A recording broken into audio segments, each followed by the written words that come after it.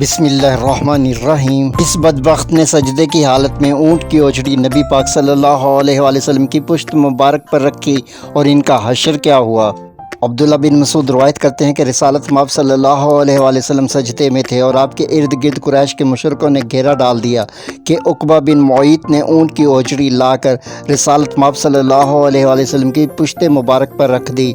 حضرت فاطمہ الزہرا کو خبر ہوئی تو انہوں نے آ کر آپ صلی اللہ علیہ وآلہ وسلم کی پشت مبارک سے وہ اوجڑی اٹھائی اور اس بدبخت کو بد دعا دی جس نے یہ حرکت کی تھی۔ تو سرور عالم نے فرمایا، اے اللہ، مشرکوں کی اس جماعت پر اپنی گرفت سخت کر لے، ابو جہل، عتبہ، شیبہ، عقبہ اور امیہ بن خلف کو دیکھ لے۔ چنانچہ حضرت عبداللہ بن مسعود نے دیکھا کہ یہ سب لوگ جنگ بدر میں جہنم واصل ہوئے اور انہیں لے جا کر بدر کے کنویں میں ڈال دیا گیا۔ فرمایا، کنویں والے اللہ کی رحمت سے دور کر دیے گئے ہیں۔ صحیح بخاری شریف، حدیث نمبر 3185۔